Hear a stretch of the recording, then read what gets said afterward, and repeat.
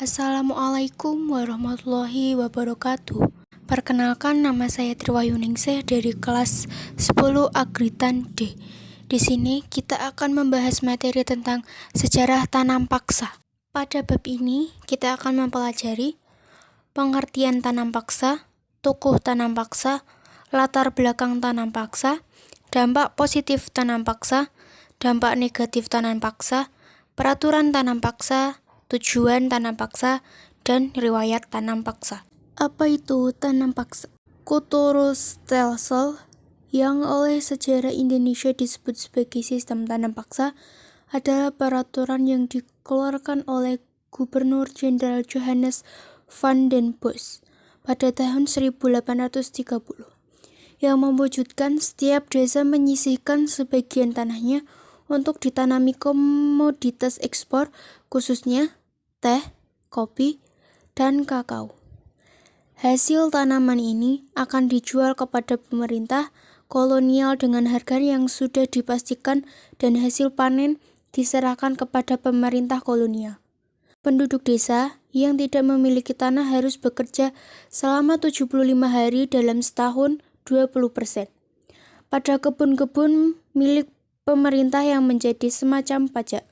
Tokoh yang berperan besar dalam implementasi sistem ini adalah Gubernur Johannes van den Bosch yang merupakan pencetus sistem tanam paksa di Indonesia. Pada masa itu, Van den Bosch adalah orang berkebangsaan Belanda yang menjabat sebagai Gubernur Jenderal Hindia Belanda yang ke-43 pada tahun 1830 sampai dengan 1834. Latar belakang tanam paksa. Latar belakang penerapan kebijakan tanam paksa oleh kolonial Belanda adalah menutupi kerugian dalam perang di Eropa dan perlawanan rakyat Indonesia. Pada dasarnya, Kulturstelsel bertujuan untuk mengembalikan kondisi keuangan Belanda selepas krisis usai Perang Jawa. Apa itu dampak positif tanam paksa?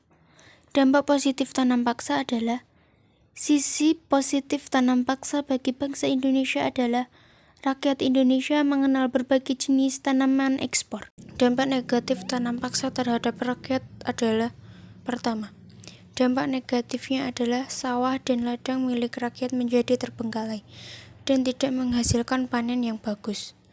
Kedua, beban hidup rakyat semakin berat, terlebih karena mereka harus menyerahkan sebagian dari tanah miliknya dan hasil panen. Peraturan tanam paksa. Pada masa penduduk Belanda di Indonesia, tepatnya tahun 1830, diterapkan sebuah kebijakan yang disebut sistem tanam paksa. Ada sejumlah ketentuan pokok sistem tanam paksa tertera dalam Staatsblad, Lembaran Negara, tahun 1834, nomor 22. Ketentuan dalam tanam paksa meliputi: 1. Persetujuan akan diadakan dengan penduduk supaya mereka menyediakan sebagai tanahnya untuk penanaman tanaman yang dapat dijual di pasar Eropa. 2. Bagaimana tanah pertanian yang disediakan penduduk untuk tujuan ekspor. 3. Pekerjaan yang diperlukan untuk menanam tanaman dagangan tidak boleh melebihi pekerjaan. 4. Bagian tanah yang disediakan untuk menanam tanaman dagangan dibebaskan dari pembayaran pajak tanah. 5. Hasil dari tanah yang disediakan wajib diserahkan kepada pemerintah Hindia Belanda. 6. Kegagalan yang bukan disebabkan oleh petani menjadi tanggung jawab pemerintah. 7. Pelaksanaan Kulturstelsel diserahkan kepada pemimpin pribumi, sementara pemerintah Belanda hanya jadi pengawas. Tujuan tanam paksa. Tujuan pemerintah kolonial Belanda melaksanakan sistem tanam paksa adalah untuk memperbaiki kas negara yang banyak terkuras, membiayai Perang Jawa, serta melunasi utang negara. Riwayat tanam paksa.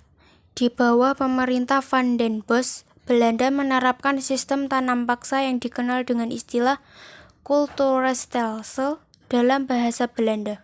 Dalam sistem ini, penduduk desa diminta untuk menanam hasil perkebunan yang menjadi permintaan pasaran dunia pada saat itu untuk diekspor. Sekian presentasi dari saya, kurang lebihnya saya mohon maaf. Saya akhiri, wabillahi taufiq wal hidayah.